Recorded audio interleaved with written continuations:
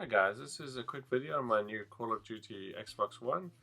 I opted to buy the Call of Duty one versus the white one or the black one just because I wanted something a little bit different.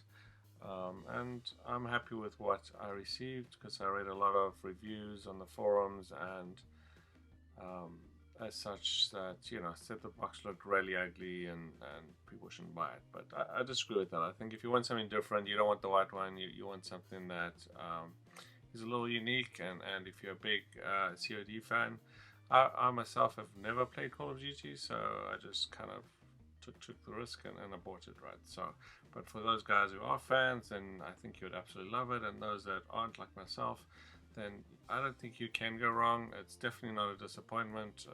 It's definitely unique. As you can see, it's definitely obviously not your white one or your black one, but it's a little bit different. And for those, it's probably actually better for those guys that aren't fans because we're not so into exactly what it looks like. So one thing you notice on the left here is it's got a USB port on the side. It had some USB ports in the back, which I found interesting. And then so from the front one, you can actually see the lights. It's got these little sort of lights that's down, which is kind of neat.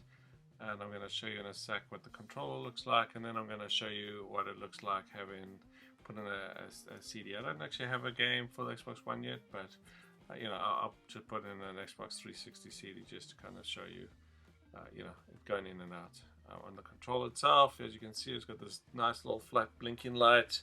I mean, the controller itself looks pretty cool. I've actually ordered a second one. You only get one with the Xbox. So I've actually ordered a second one, so just to have a matching pair type thing. The one thing I do like about the back of it is it doesn't have those little battery packs. It's just got a little cover. So I think that's kind of a nice improvement over the old one.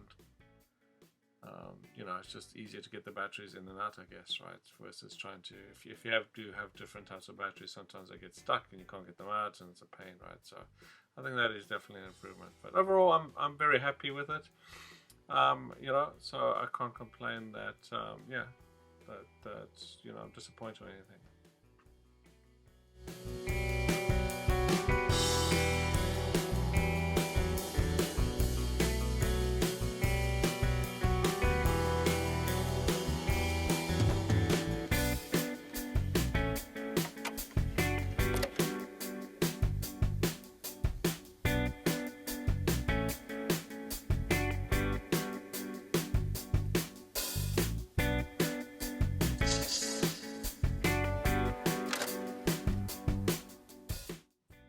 So the first thing that tries to do, or does do, is force you to update or download a 500 megabyte update for Xbox. I guess we come to expect that, so that's what we're doing here.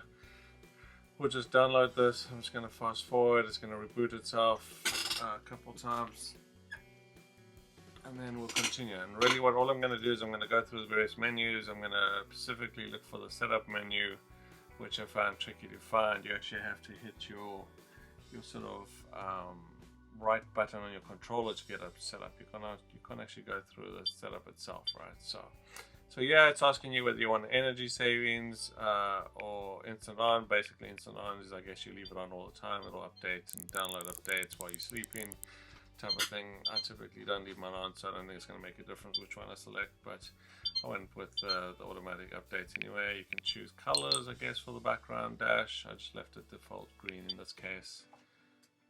And I'm just going to sort of flip through the menus. I mean, my goal here is really to start the download of COD as quick as I can, because I heard it takes up to 45 hours depending on your internet connection. So I'm just going through here, looking through the menus, downloading apps, and I'm going to download Netflix just to kind of quickly see. The one thing I noticed straight away is this is a 1 terabyte hard drive, and without me actually downloading anything, I only have 780 gigs free. So surprise, surprise, you don't actually get 1 terabyte.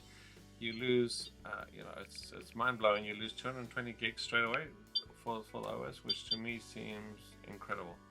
That's just, so if you get a 500 gig Xbox One, I mean, do you really have only 200 gigs or so to play with? Which to me is pretty much a crime, if you ask me. That's just wrong.